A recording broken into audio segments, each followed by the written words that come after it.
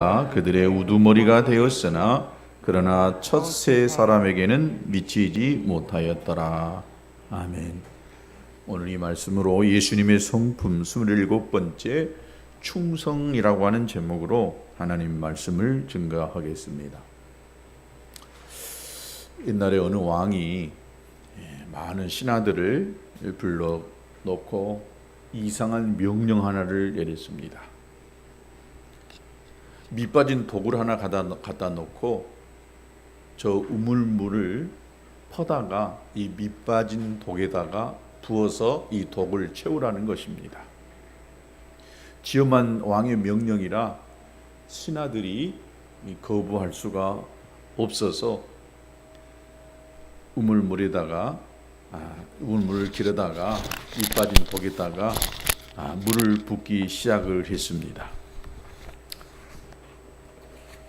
밑빠진 독에 물을 아무리 갖다가 부어봐야 또 여러 명의 신하들이 힘을 모아서 우물을 길어다가 밑빠진 독에다가 물을 길러봐야 그 밑빠진 독에 물이 차지를 않았습니다.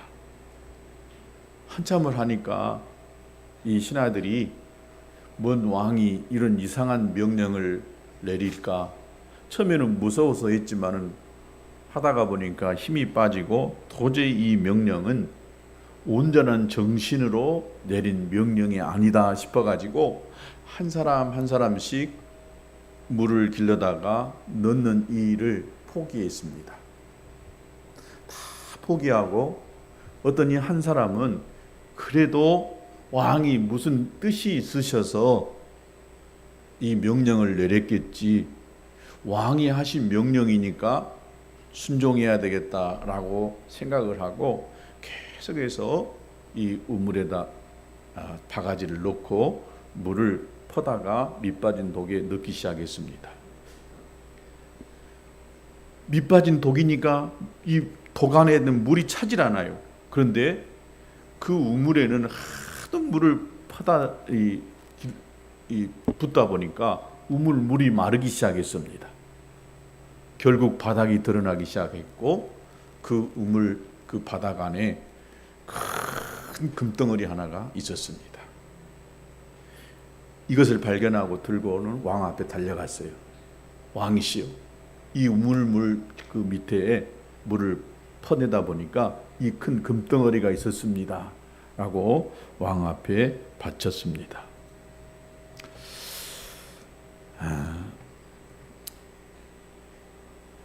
그 금덩어리를 누구를 줬겠습니까?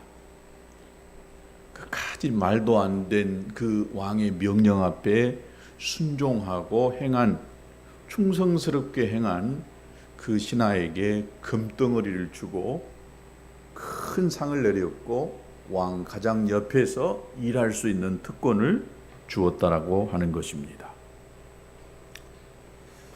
성령의 사람은, 예수님의 사람은 또 성령 충만하게 되어지면은 맺는 열매가 있는데 갈라디아서 5장 22절에 보면 성령의 9가지 열매를 이야기합니다. 그 중에 하나가 또 충성입니다. 성령 충만하다 보면 충성하게 된다는 것입니다. 우리가 예수님을 닮아가고 예수님처럼 살려고 하다 보면 우리 안에 충성스러운 모습이 나타나게 되어 있는 것입니다. 충성스럽다, 이 충성이라고 하는 이 말의 어근을 보면은 믿을만하다라고 하는 뜻과도 같습니다. 즉 믿음과 같은 어근을 가지고 있다는 것을 볼 수가 있습니다. 또 성경에서 말하고 있는 충성은 신실하다, 믿음직하다, 신뢰할 만하다라고 하는 이런 의미의 말이 이 충성에 담겨져 있는 것을 볼 수가 있습니다. 좀 더 쉽게 더 이야기해 보면은 이랬다 저랬다가 변덕을 부리지 아니하고 한결같은 사람을 충성스럽다라고 이렇게 이야기한다는 것입니다. 세상에서는 뭐라 하겠어요? 미련한 사람이라 미련 곰탱이라고 합니다. 요즘 같은 시대에 저렇게 미련하게 우물을 퍼다가 밑빠진 독에 붓냐? 라고 이렇게 이야기할 수 있겠지만, 말 같지 않는 명령일 수 있지만 그 말을 하나님의 지엄한 명령으로 생각하고 이랬다 저랬다 하지 않고 그대로 행하는 이 사람이 충성스러운 사람이라는 것입니다. 언제나 자기 자신의 자리를 지키고 자신에게 주어진 책임을 다하는 사람을 믿음직스러운 사람이다, 충성스러운 사람이다 라고 말한다는 것입니다. 하나님은 이런 충성스러운 사람을 좋아하시고 이들을 쓰시고 이들에게 복 주시는 줄로 믿습니다. 가정이지만 만약에 여러분이 큰 기업체를 운영하는, 아니 큰 기업체 아니더라도 사람 몇 명을 데리고 일하는 사장이라고, 대표라고 한번 생각해 보십시오. 어떤 사람을 데려다가 여러분 쓰시겠습니까? 일을 맡기겠습니까? 틀림없이 여러분이 사장이라고 한다면 일은 조금 못해도 신실한 사람, 지각하지 않고 결근하지 않고 하여튼 신실하게 일하는 그 사람을 그래도 사장은 쓰려고 할 것입니다. 맡겨진 일에 변함없이 충성스럽게 일하는 그 사람을 하나님은 쓰시는 것처럼, 하나님이 변덕 부리지 않는 사람, 변덕스럽지 않는 이 사람을 충성스럽게 여기시는 줄로 믿습니다. 우리 하나님은 전능하신 분이십니다. 모든 것을 행하실 수 있는 능력을 가지고 계십니다. 따라서 하나님께는 능력이 있는 사람을 쓰시는 것이 아니라 신실한 사람, 믿음직할 만한 그런 사람을 쓰십니다. 하나님이 능력이 없으면 능력이 있는 그 사람을 데려다가 쓰시겠죠. 그러나 하나님은 능력이 많으시니까 그 하나님의 능력을 부어서 그 능력을 가지고 행할 수 있는 신실한 사람을 하나님은 찾으시고 그 사람을 쓰시는 줄로 믿습니다. 오늘 본문의 이야기가 바로 그런 이야기입니다. 본문의 주인공은 아비새라고 하는 사람입니다. 아비새, 참새, 소쪽새, 앵무새 같은 그런 새 이름이 아니라 사람 이름이 아비새입니다. 그는 다윗의 누이 수루야의 아들이었습니다. 그러니까 다윗의 입장에서 보면 아비새는 다윗의 조카였습니다. 조카에서 삼촌에게 충성했다라고 볼 수 없습니다. 그는 아주 매우 충성스러운 사람이었는데 성경에 몇 가지 특징의 이야기가 나와 있는 것을 볼 수가 있습니다.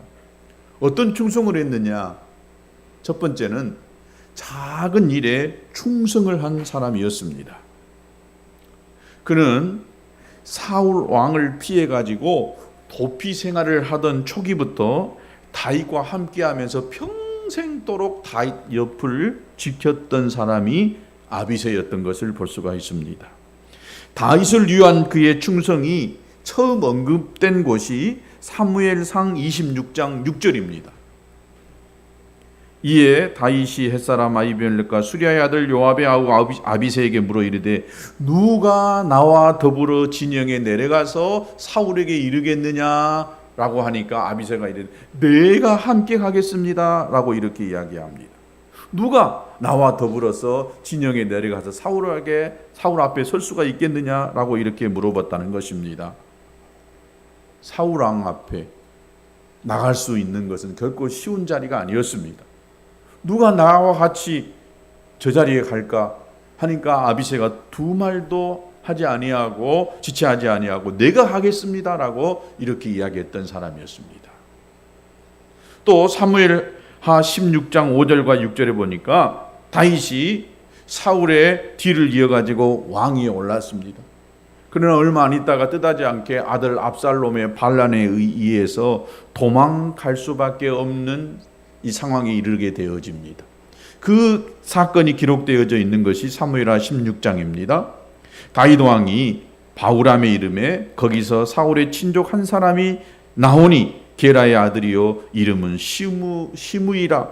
그가 나오면서 계속해서 저주하고 또 다윗과 다윗 왕의 모든 신하들을 향하여 돌을 던졌어요. 그때에 모든 백성과 용사들은 다 왕의 좌우에 있었더라. 지금 다윗이 도망갈 때 혼자 도망간 것이 아니라 다윗과 함께한 그런 신하들이 있었어요. 함께 다윗 왕 좌우편에 많은 신하들이 있었어요. 근데 다윗이 도망가려고 하는 이런 상황 속에서 시므이라고 하는 사람이 다윗 왕을 향해서 저주의 말을 퍼붓습니다. 당신이 그럴 만한 벌을 받을 수밖에 없는 이유가 있었을 것이다. 그리고 돌을 던지고 있어요. 근데 여러분 제일 마지막 부분에 봐보세요. 다 왕의 좌우에 있었어요. 왕 좌우에 이를 신하들이 있었어요. 그런데 지금 돌을 던지고 저주하는 이 시므이를 향해서 누구도 나서지 않고 있어요. 그때에 바로 사무엘하 16장 9절에 보니까 아비새가 앞장서서 나갑니다. 수레의 아들 아비새가 왕께 여짜오되 이 죽은 개가 어찌 내 왕을 저주합니까? 내가 가서 저놈의 머리를 그냥 잘라내버리겠습니다. 얼마나 충성스럽습니까? 다윗 왕이 힘이 없는 것 같고 저 신하였던 시므이가 지금 왕을 향해서 저주하고 돌을 던지고 있는데 그 옆에 있는 신하라고 한 사람이 누구도 왕을 보호하려고 하지 않고 저주하는 저 시므이를 향해서 달라들지도 않고 말 한마디 못하고 있는데 이때 아비새는 내가 가서 저놈의 개 같은, 쉽게 말하면 개 같은 자식을 목을 쳐버리겠습니다 라고 이렇게 말하는 충성스러움이 있었다는 것을 알 수 있습니다. 또 사무엘하 19장에 보면 압살롬의 쿠데타가 실패로 돌아갔어요. 그리고 다윗이 다시 이 왕궁으로 돌아가게 되어집니다.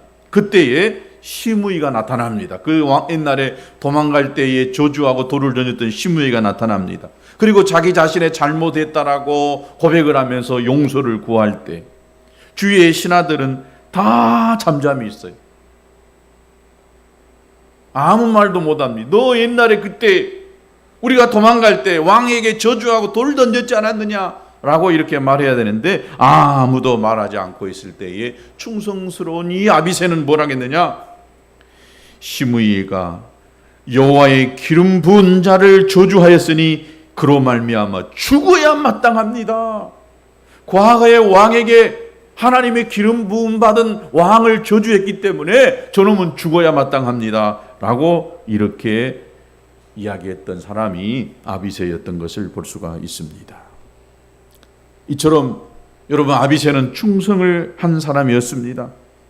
아비새가 한 일이 뭐 대단히 큰 일이 아니었어요. 아비새가 사울왕을 죽여가지고 자기가 모시고 있는 다윗으로 하여금 왕이 되게 했느냐? 그것도 아니었습니다. 그렇다고 그의 형 요압처럼 쿠데타의 주역인 압살롬을 죽였느냐? 그것도 아니었어요. 그렇다고 쿠데타를 일으킨 반란군을 무찌르는데 혁혁한 공을 세웠느냐? 그것도 아니었어요. 그는 다윗 왕이 사울 왕을 피해 도망갈 때에 다윗 곁을 지켰던 사람이었습니다. 뭐 대단한 일을 한 것이 아니었어요. 또 압살롬이 이끄는 쿠데타군을 피해가지고 군고를 떠나가지고 피난 갈 때에도 다윗 곁을 지켰던 사람이었습니다. 또 시므이로부터 저주를 받을 때에 옆에서 다윗을 위로해 줬어요. 얼마나 다윗의 마음이 상하겠어요. 신하에게 욕을 먹고 저주를 받고 돌을 받을 때에 얼마나 마음이 상하겠어요. 이때 아비새가 말하는 그 말 한마디가 다윗 왕에게는 그렇게 힘이 됐을 걸로 생각이 되어집니다. 아직도 내 편에 서서 내 곁을 지켜주고 있는 이런 사람이 있구나. 힘이 됐던 것입니다. 어떻게 보면 아비새가 한 것은 굉장히 작은 일이고 별일 아닌 수 있었음에도 그는 매우 충성스러운 사람이었다는 것을 알 수가 있습니다. 어려울 때 보면 그 사람이 나한테 하는 그 태도나 말 이것들을 보면은 그 사람의 그 성품을 알 수가 있는 것입니다. 작은 일에 충성하는 그 아비새를 하나님은 결코 그냥 두지 않으시고 복을 내리셨던 것입니다. 세계 최고의 과학자 하면은 여러분 아인슈타인일 것입니다. 근데 아인슈타인 서재에 큰 초상 하나를 항상 붙여놨어요. 그 초상화가 누구냐면은 그 전자기학의 시조라고 말할 수 있는 마이클 이 패러데이라고 하는 사람의 초상화가 붙어져 있었어요. 근데 이 마이클 패러데이라고 하는 이 사람이 어떤 사람이었느냐? 아주 가난한 집에서 태어나서 배운 것이 없으니까 이 남의 집에서 이 대장장이 이 집에서 점원 일을 하면서 서점에서 대장장의 아들로 태어났는데 이 서점에서 점원으로 일하는 그런 사람이었어요. 근데 점원에서 일하다 보니까 책을 읽기 시작했어요. 책을 읽다 보니까 자기도 뭔가 이 과학자가 되고 싶은 욕망이 생겼어요. 배운 것이 없는데 나도 좀 잘 배워가지고 과학자가 됐으면 좋겠다라고 생각하는데 자기 형편이 도저히 그럴 상황이 아니었어요. 근데 그때 당시에 최고의 과학자였던 이 험프리 데이비라고 하는 이 사람의 강연을 듣게 됩니다. 그 사람의 강연을 들어보니까 쏙 빠졌어요. 그래서 그 사람한테 뭔가를 좀 배우고 싶은 욕망이 생겼어요. 근데 그 사람을 만날 수가 없잖아요. 그래서 손편지를 썼어요. 선생님, 나도 당신 밑에서 좀 배워서 나도 훌륭한 과학자가 좀 되고 싶은데 나 좀 받아주십시오 라고 하는 편지를 썼어요. 이 마이클 데이비가 이 편지를 받아보니까 감동이 있어가지고 자기 친구한테 물어봅니다. 이 사람을 어떻게 했으면 좋겠냐? 이 사람이 어떤 사람인지도 모르는데 내가 무조건 받아줘가지고 이 사람을 내 수하에 둘 수는 없는데 어떻게 해보면 좋겠느냐 라고 하니까 편지를 쓰는데 뭐라고 편지 쓰냐? 내 밑에 와서 병 닦는 일을 할 수 있겠느냐? 실험기구 닦는 그런 일을 할 수 있겠느냐? 라고 편지를 썼어요. 그리고 그 사람이 어떻게 하느냐 그 태도를 보면 그 사람이 싹수가 있는가 없는가를 알 수 있을 것이다. 그리고 편지를 썼어요. 그랬더니 이 사람이 이 패러데이가 너무 그것만 해줘도 너무 감사하다고. 하여튼 당신 옆에서 있어서 멀찌감치라도 당신이 하고 있는 일만 바라보는 것만이라도 내게는 큰 은혜입니다. 저만 받아만 주십시오. 그래서 거기 가서 실험기구 닦는 일을 시작했다는 것입니다. 결국 나중에 이 사람이 과학자 인정을 받아서 전자기학의 시조라고 실제 말하면 전자통신의 시조라고 말할 수 있는 사람이 되어졌다는 것입니다. 그래서 아인슈타인도 그 사람을 존경해가지고 자기 서재에다가 그 사람 초상화를 걸어 놓았다는 것입니다. 여러분, 작은 일에 이렇게 자기가 최선을 다하지 않으면 절대 성공할 수가 없습니다. 작은 일을 소홀히 취급하고 내가 누군데 이런 일을 할 수 있겠느냐라고 생각하면 절대 큰 일을 할 수가 없다는 것입니다. 누가복음 16장 10절에 보니까 지극히 작은 것에 충성된 자는 큰 것에도 충성되고 지극히 작은 것에 불의한 자는 큰 것에도 불의하니라. 적은 일에 충성하면 많은 일을 맡게 되지만은 작은 일에 충성하지 않으면 큰 일을 맡을 수가 없다는 것입니다. 우리 주위에 종이 한 장 주울 줄 모르는 사람은요, 절대 커다란 빌딩의 청소부가 될 수가 없는 것입니다.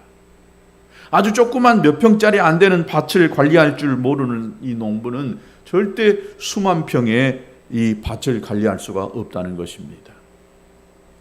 몇 마리 안 되는 양떼를 돌보지 못하는 목자가 수백 마리의 양떼를 돌볼 수가 없는 것입니다.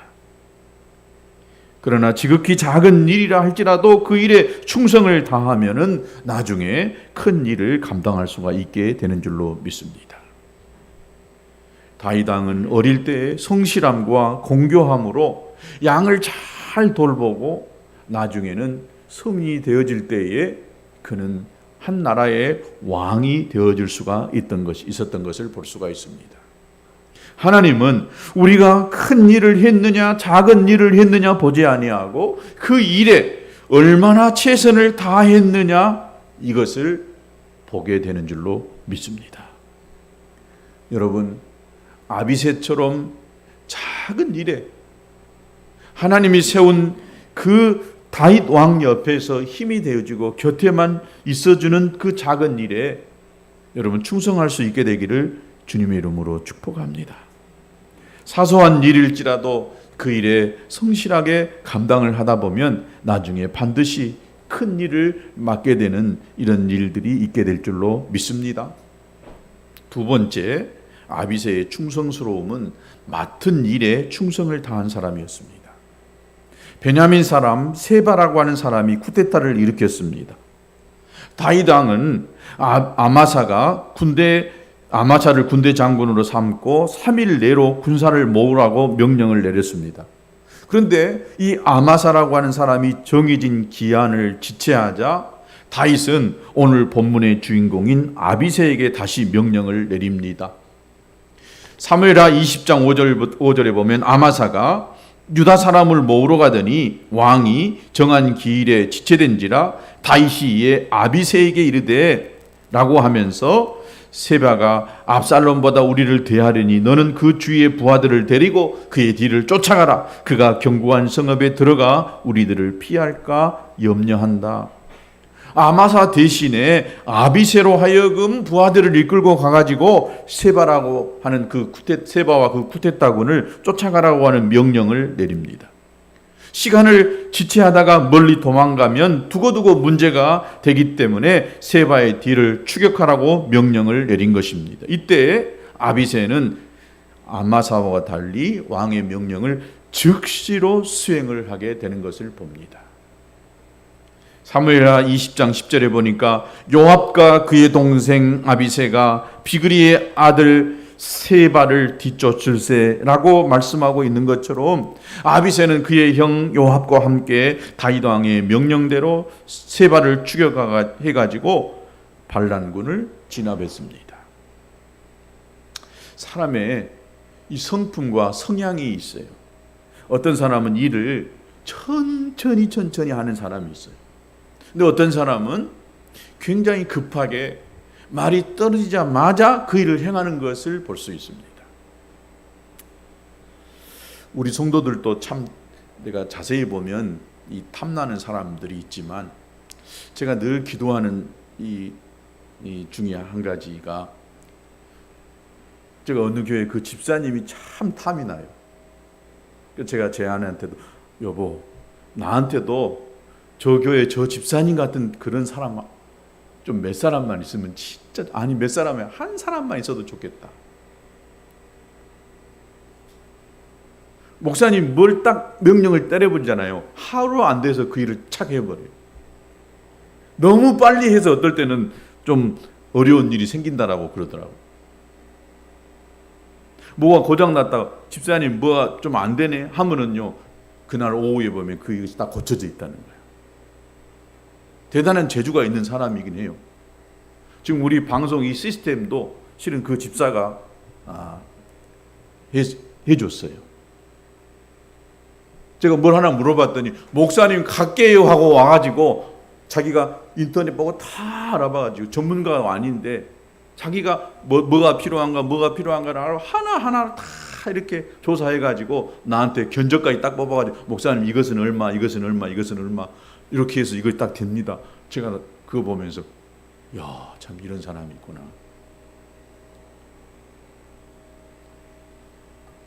사람마다 스타일은 다 있어요. 일을 빨리 하다 보면 실수할 수가 있어요. 또 천천히 한 사람이 참 일을 꼼꼼하게 잘하는 그런 사람이 있어요. 여러분도 잘 알다시피 옛날에 우리 교회 지금 잘 안 나오는 우리 이용국 집사님이 저하고 어떤 일을 몇 가지를 했어요. 이 강단의 뒤에 이것을 하는 일을 또 해봤고 또 우리 교회 저 가구점으로 가는 그 길을 막는 그 바리케이트 일을 하는 것을 해봤어요. 그 집사가 참 일이 장애인 대회 나가가지고도 금메달을 받은 사람이에요. 그러니까 장인이에요. 일을 굉장히 꼼꼼하게 잘해요. 근데 나하고는 잘 안 맞더라고요. 나는 뭔 일을 하면은요 빨리 그 일을 해결해버려야 돼요. 그럼 밤에 잠도 안 자고 아침에도 제가 새벽에도 끝나고 뭔 일을 해야 되겠다 하면 즉각 저는 그 일을 당장 해야 돼요. 안 하면 안 돼요. 그런데 그 집사님은 이 바리케이트 하나 하는데 거의 한 달을 끌어버려요. 속이 제가 막 뒤집어져 버리더라고요. 저걸 내가 그냥 해버려야 되는데, 근데 이미 맡겼으니까 어떻게 한단 말도 못하고. 근데 일은 진짜 꼼꼼하게 잘하더라고요. 사람마다 스타일이 있어요. 어떤 일을 해야 되겠다 하면 저는 그걸 반드시 해버립니다. 지난주에도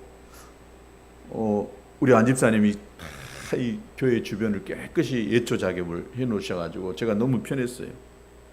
그렇게 내가 잔디밭을 많이 가는데 중간에 이 정화조로 가는 그 관이 딱 빠져 있는 거예요. 이만큼이. 그래서 저걸 어떻게 해야 되나 그때부터 잠이 안 오더라고요. 기술이 없으니까 저는 막 다른 거를 공부를 좀 해봐야 됩니다. 그리고 봤더니 주일날인데, 주일날은 다 가게 문을 안 열거든요. 근데 제가 어디를 갔다 오다 딱 보니까 가게 문이 하나 딱 열린 곳이 있어요. 그 부품 하나만 있으면 되겠더라고요. 그래서 그날 그걸 사가가지고 그날 저녁에 제가, 그리고 그 다음날 아침에, 그날 저녁에 하려니까 비가 와버리더라고요. 그 다음날 제가 아침에 오후에 그냥 그 일을 해버렸어요. 계속 뭘 해야 되겠다는 생각이 들면 그것이 정신이 팔리더라고요. 그러니까 빨리 그걸 해결해버려야 돼요. 이건 저의 스타일입니다. 이게 꼭 좋은 것만은 아니에요. 사람마다 스타일이 다 다릅니다. 그런데 이 아비새가 다윗 왕이 아마샤라고 하는 사람은 빨리 지금 도망가는 저 세바라고 하는 반란군을 추격해서 잡아야 되는데 시간이 굉장히 중요하잖아요. 타이밍이 굉장히 중요해. 그런데 하지는 않고 있는 거예요. 그래서 이 아비새를 명령해가지고 그 일을 하게 했다는 것을 볼 수가 있습니다. 주어진 일에 즉각 순종하고 행하는 것이 무엇보다도 필요합니다. 느릿하고 내 할 일 다 하고 하는 것보다도 어떤 명령이 주어졌을 때 빨리빨리 하는 것을 하나님이 좋아하시고 또 지도자가 좋아하고 사장도 좋아해요. 가능하면 우리에게 주어지는 어떤 명령이 떨어졌을 때에 즉각 해내시는 저와 여러분 되시기를 주의 이름으로 축복합니다. 고린도전서 4장 2절에 보니까 맡은 자들에게 구할 것은 충성이니라 라고 이야기했습니다. 하나님께서 사람을 쓰시는 가장 큰 기준이 무엇이냐? 충성입니다. 하나님께서는 우리가 어떤 위치에 있느냐, 얼마나 소유했느냐, 얼마나 아느냐, 얼마나 배웠느냐, 여기에 관심이 있지 않아요. 우리의 학력보다도 우리의 경험보다도 더 중요한 건 뭐냐? 성실함이에요. 충성스러움입니다. 사람은 거기에 감동을 먹습니다. 일을 잘하는 것도 좋지만은 성실하게 하는 그 일이 너무 중요한 것입니다. 저는 하나님 앞에, 하나님, 나 하나님 앞에 내세울 거 아무것도 없는 것 같아요. 그냥 하나님이 내 마음만 좀 알아줬으면 좋겠습니다. 그럴 때가 많이 있어요. 내가 딴 마음 먹지 아니하고 신실하게 하나님, 내 자리를 지키는 거, 하나님 이것만 좀 보십시오.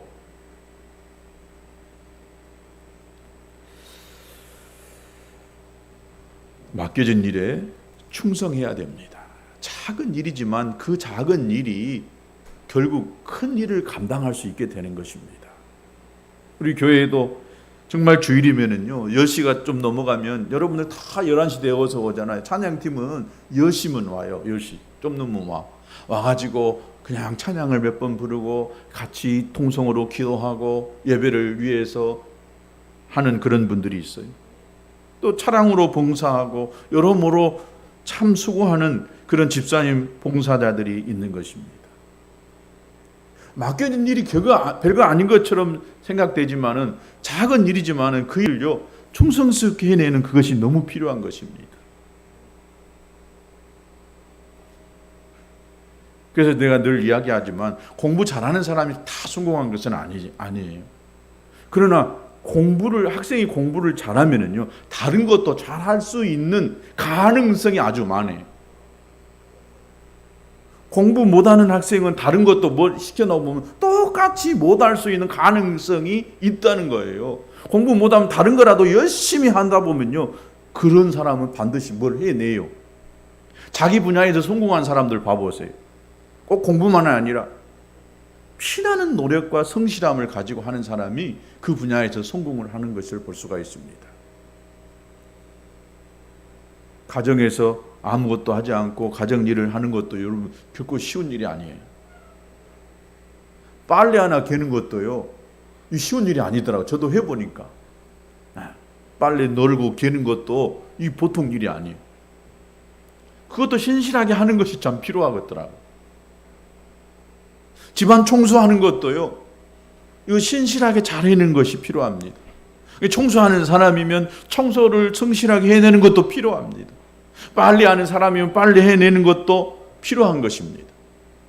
하다가 안 하다가 기분 좋으면 했다가 기분 나쁘면 안 하고 힘들면 안 했다가, 이것보다도 신실하게 그 자리를 지켜내는 것이 무엇보다도 필요한 줄로 믿습니다. 직장에서도요, 성실하게 하는 것이 무엇보다도 제일 중요한 일입니다. 빨리 해내고 잘하는 것도 중요하지만은 성실하게 꾸준하게 결성하지 않고 지각하지 않고 이거 하는 것이 무엇보다도 필요합니다. 마지막 네 번째로 끝까지 충성하는 사람이었다는 것을 볼 수가 있습니다. 성경에 보면 이 역사적으로 이스라엘을 가장 괴롭힌 나라 중에 하나가 블레셋이라고 하는 나라였습니다. 다윗이 왕위에 오르기 전이나 왕위에 오른 후에 블레셋은 끊임없이 이스라엘을 공격해 왔습니다. 오늘 본문에서도 블레셋 군대가 르바임 골짜기에 진을 치고 호시탐탐 이스라엘을 공격할 기회를 노리고 있었습니다. 그런데 이런 상황 속에서 갑자기 다윗이 이상한 말을 해야 됩니다. 뭔 말이냐? 오늘 15절에 보면 다윗이 소원하여 이르되, 마음에 소원하여 베들레헴 성문 곁 우물물을 누가 내게 마시게 할까? 다윗의 고향이 베들레헴이었어요. 고향을 가보고 싶은 거예요. 베들레헴에서 나오는 그 물을 마시고 싶다라고 이야기하고 있는 거예요. 다윗은 사울 왕으로부터 시기와 질투를 받고 죽음에서 유혹 속에서 젊은 날에 대부분 도망 다니다 보니까 오랫동안 고향을 못 갔어요.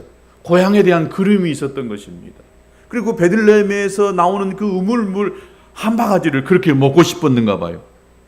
그냥 실제로 그랬는지 아니면 그냥 내뱉는 말인지 이 말을 내뱉게 되는 것을 볼 수가 있습니다.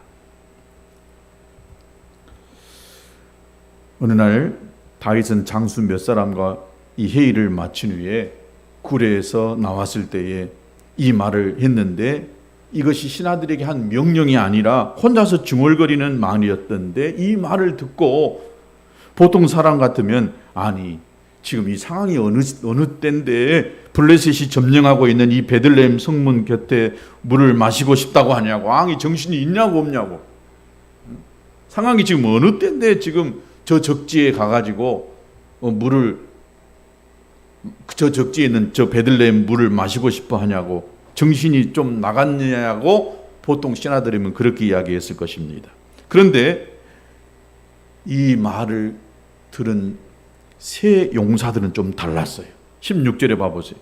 세 용사가 블레셋 사람의 진영을 돌파하고 지나가서 그 적진에 들어가서 베들레헴 성문 곁에 우물물을 길어 가지고 다윗에게로 왔어요. 세상에, 세 사람이 가서 목숨 걸고 가가지고 우리 왕이 지금 저 베들레헴 물을 마시고 싶어 하니까 가서요 그 물을 길어다 온 거예요. 그러니 다윗이 뭐라 그래요? 다윗이 마시기를 기뻐하지 아니하고 그 물을 여호와께 부어드렸다라고 이야기합니다. 그러면서 이르되, 여호와여, 내가 나를 위하여 결단코 이런 일을 하지 아니하리다. 이는 목숨을 걸고 갔던 사람들의 피가 아닙니까? 어떻게 이 피를 내가 마십니까? 나 못 마십니다. 그리고 그것을 여호와 앞에 드렸습니다. 대단한 사람이잖아요.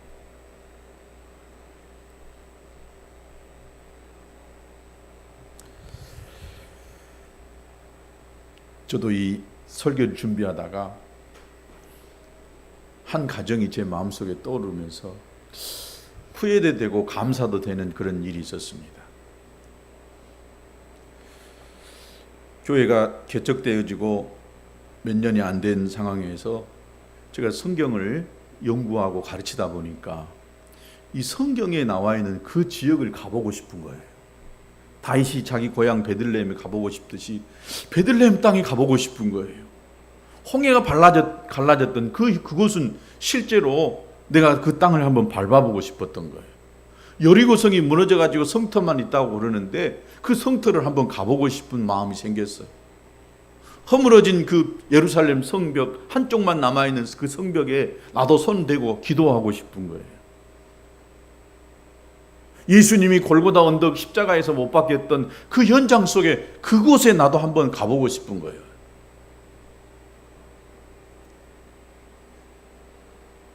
벳세다 이 게네사렛 언덕에 수많은 사람들을 모아놓고 예수님이 설교했고 거기서 오병이의 기적을 일으켰던 그 장소에 한번 나도 가보고 싶더라고요. 그래서 제가 막 이야기를 했잖아요. 나도 한번 가보고 싶다고. 이 성지에 한번 가보고 싶다고.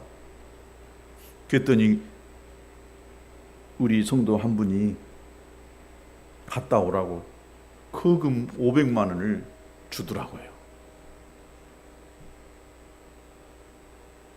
그 사람도 힘들고 우리 교회도 내가 이런 상황에서 이 거금을 가지고 성지를 가야 되냐 몇 번 사양을 하고 만류를 했는데 자기의 마음속에 주님이 주신 감동이 있으니까 목사님 갔다 오시라고. 그리고 며칠 있다가 또 300만 원을 더 가져왔어요. 목사님 혼자 가면 안 되고 사모님하고 같이 다녀오십시오라고 800만 원을 주더라고요. 정말 가슴 떨리고 내가 꼭 이 돈을 가지고 성지를 가야 되나. 그때만 해도 교회 뭐 그렇게 막 재정이 여유 있게 그럴 때가 아닌데, 근데 그분의 마음에 하나님이 감동을 주셨고 또 하나님이 주셨다라고 하는 확신으로 저도 용기를 내 가지고 갔다 왔어요. 갔다 오고 난 2주 동안 제가 성지를 갔다 오고 나서 너무 잘했다는 생각이 들더라고요. 그러니까 성경을 보면 내가 갔다 온 그것이 막 생각나는 거예요. 텔레비전에서 화면으로 본 것하고 실제로 내가 그 현장 속에 있어 본 거하고는 이 체감이 달라요. 다윗 왕이 숨어 들어갔던 이 아둘람 굴도 어떻게 생겼는지 가서 현장 속에 보니까 예수님이 십자가에 처형되기 전에 잠깐 감옥에 있었던데 그곳을 들어가게 됐어요. 근데 그곳에 딱 들어가자마자요, 막 눈에서 눈물이 쏟아지는데 그건 말할 수 없었어요. 그리고 십자가가 와, 주님이 이렇게 힘들게 고난을 받으셨구나, 막 그것이 느껴지는데 지금 아무것도 없이 그냥 그 모형만 갖다 놨는데도 그 현장 그곳에 들어가니까 그 감동은요, 이루 말할 수가 없었어요.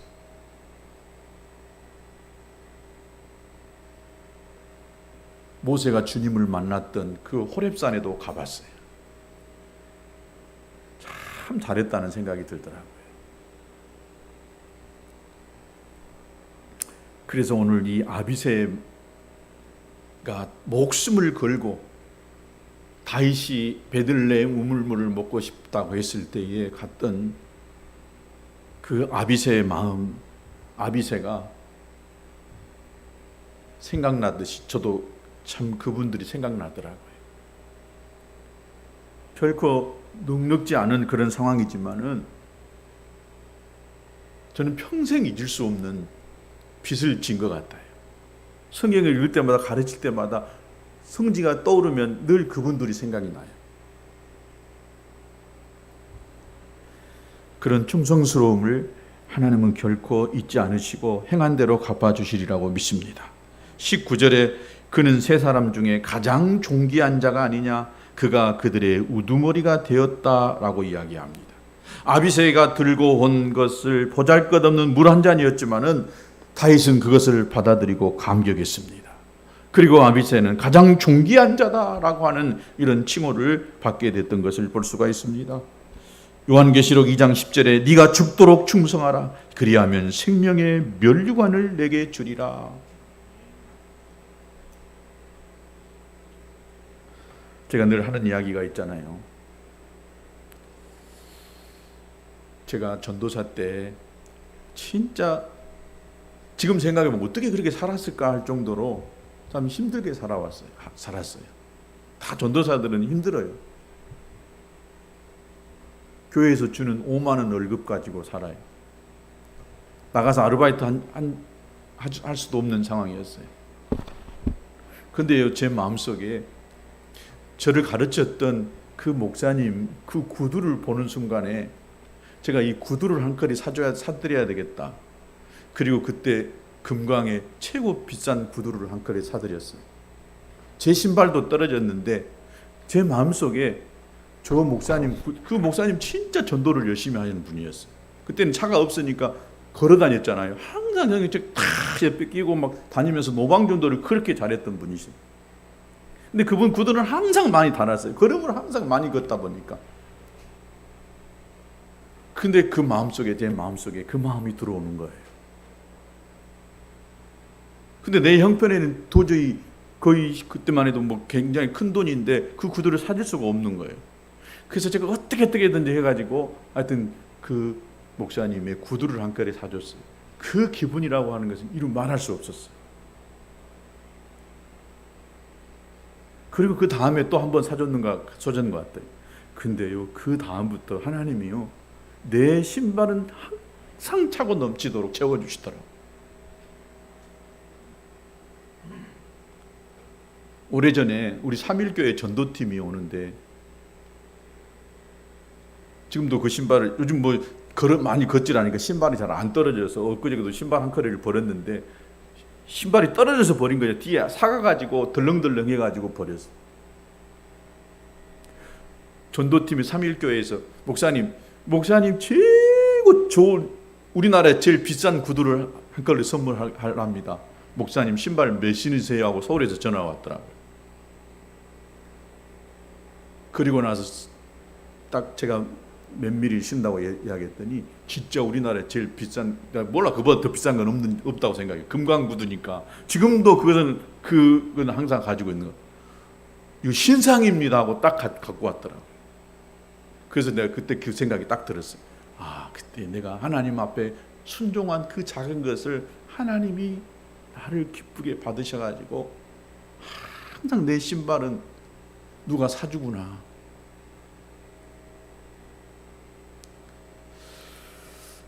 고려의 충신 정몽주는 이런 글을 남기고 죽었습니다. 이 몸이 죽고 100번 고쳐주고 백골이 진토되어 넋이라도 있고 없고 이 임향한 일편단심 가실 줄이 있으리야. 그는요, 임금을 섬기기 위해 목숨을 걸었습니다. 조선시대 춘향이도 자기가 사랑하는 남자 이도령을 위해서 자기 목숨을 내어 던진 거예요. 순간 마음만 바뀌면 팔자가 바뀔 수 있는데 그 마음 변하지 않고 이도령을 생각하다가 죽을 각오를 했던 것입니다. 여러분, 무엇을 위해서 목숨을 걸고 사십니까? 돈 버는 일을 위해서? 그래요, 돈 버는 일을 목숨 걸어야죠. 열심히 벌어서. 근데 무엇 때문에 열심히 버냐? 이 목적이 너무 중요한 것입니다. 저는 끊임없이 여러분들에게 말한 것처럼 내 아이들에게도 먹고 살기 위해서, 그래서 좋은 집 사고 그것이 너희들의 인생이 된다면 진짜 그건 별 볼 일 없는 인생이다. 하나님 나라를 품고 살아야 된다. 내 집 한 칸 마련하고 내 자식 잘 가르치려고 하는 그것만을 위해서 산다고 하면 그건 별 볼 일 없는 인생이다. 그렇게 하는 건 너무 당연한 것이지만 그것이 우리들의 삶의 궁극적인 목적이 되면 안 된다는 것이지요. 여러분 아비새처럼 끝까지 다윗 곁을 지키시고 충성해서 복을 받는 저와 여러분 되시기를 주의 이름으로 축복합니다. 우리 찬송가 333장